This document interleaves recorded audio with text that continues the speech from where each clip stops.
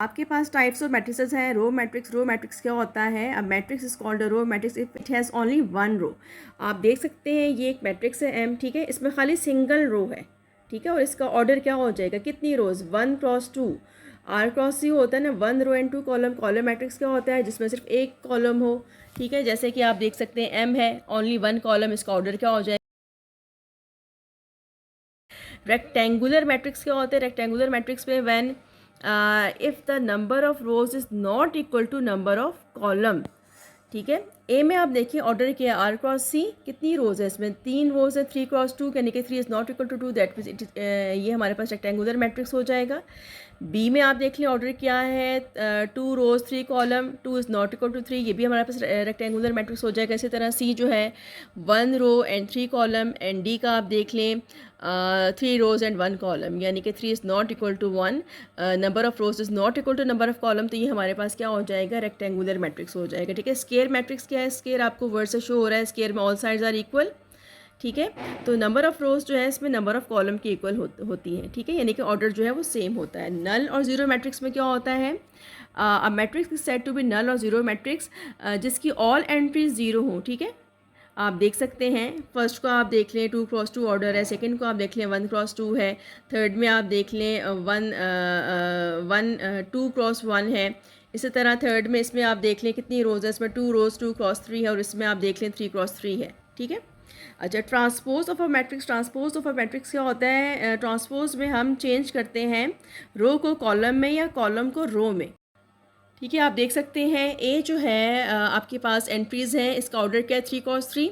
R1 क्या है? 1 2 3। R1 will become column 1, R2 will become column 2 and R3 will become column 3। या तो आप रो को चेंज करें कॉलम में या कॉलम को चेंज करें रो में। बी में आप देख लें रो 1 क्या है? R1 1 0 2, it will become column 1। R2 देख लें 2 - 1 3, इट विल बिकम कॉलम 2। सी में आप देखें 0 1, खाली एक जो है आपके पास R1 है रो, इट विल बिकम कॉलम 1, ठीक है। अच्छा, उसके बाद नेगेटिव ऑफ मैट्रिक्स का मीन्स क्या है? ए है, ठीक है। ए माइनस से आप कैसे फाइंड करेंगे? बोथ साइड्स पे आप -a से मल्टीप्लाई करेंगे, ठीक है। जब आप -a से मल्टीप्लाई करेंगे तो क्या हो जाएगा? सबके साइन चेंज हो जाएंगे, ठीक है।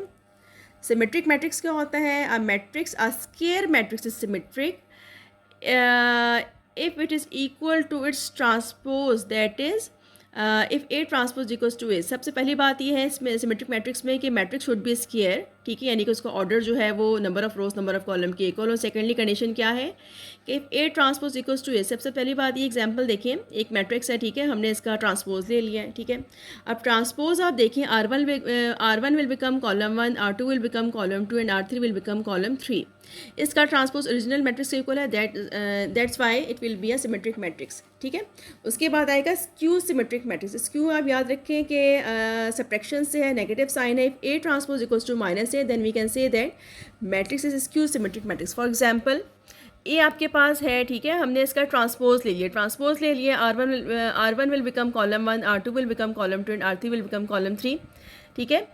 अच्छा, उसके बाद क्या है कि हमने कहा है ना A transpose equals to -a।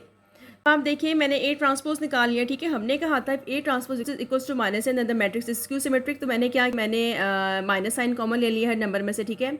होता क्या है कि negative sign throughout common ले लिया है तो साइन चेंज हो जाएंगे। अब अगर आप देखें जो अंदर मैट्रिक्स है वो मेरे पास सब एंट्रीज कैपिटल ए की है, तो A transpose equals to -a, that's why matrix जो है वो हमारा हो जाएगा स्क्यू सिमेट्रिक। उसके बाद हमारे पास आता है diagonal matrix. Square matrix is said to be diagonal matrix if at least one of the entries of its diagonal is not zero and non diagonal entries are zero. पहली बात है डायगोनल क्या होता है। आपके पास ये है, ठीक है, आप देख सकते हैं कि 1 2 3 की जो पोजीशन है वो आपके पास डायगोनल है। वो आपसे कह रहा है कि डायगोनल में क्या होता है कि if at least any one of the entries of the diagonal is not zero, ठीक है। देखें जैसे 1 है, 2 है, 3 है, 1 2 3 की जगह आपके पास अगर ज़ीरो भी लग जाए, लेकिन उसने कहा है कि एटलीस्ट 1 जो आपके पास नॉन ज़ीरो होना चाहिए, ठीक है। And non diagonal entries are zero. Non diagonal का मतलब क्या है कि 1 2 3 के बजाय जो बाकी हैं वो आपके पास ज़ीरो हो जाएं, लेकिन 1 2 3 में आपके पास एटलीस्ट एक तो ऐसा हो जो नॉन ज़ीरो हो, ठीक है। आप सी में देखें कि कम से कम डायगोनल एलिमेंट्स में एटलीस्ट 1 ज़ीरो है, लेकिन 1 एंड 3 जो है वो नॉन ज़ीरो है, ठीक है। अच्छा, उसके बाद आप देखें कि स्केलर मैट्रिक्स क्या है? स्केलर मैट्रिक्स में क्या होता है, जो डायगोनल के पोजीशन के एलिमेंट्स हैं वो सेम होते हैं। ऐसे याद रखें, स्केलर भी है सेम भी है कि डायगोनल के एलिमेंट्स जो वो सेम हो जाएंगे, ठीक है। All the diagonal entries are same, तो हम उस मैट्रिक्स को कहते हैं कि वो नॉन ज़ीरो भी हों, ठीक है। तो ये आपके पास एग्जाम्पल है, ठीक है।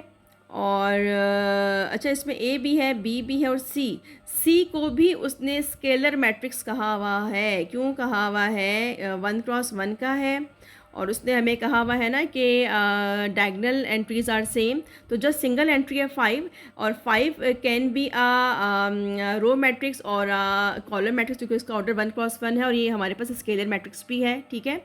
अच्छा, आइडेंटिटी मैट्रिक्स या यूनिट मैट्रिक्स क्या होता है? इसमें देखिए इसकी एंट्रीज आपको याद रखनी पड़ेंगी। If diagonal entries are 1, diagonal elements उसके 1 हो, ठीक है।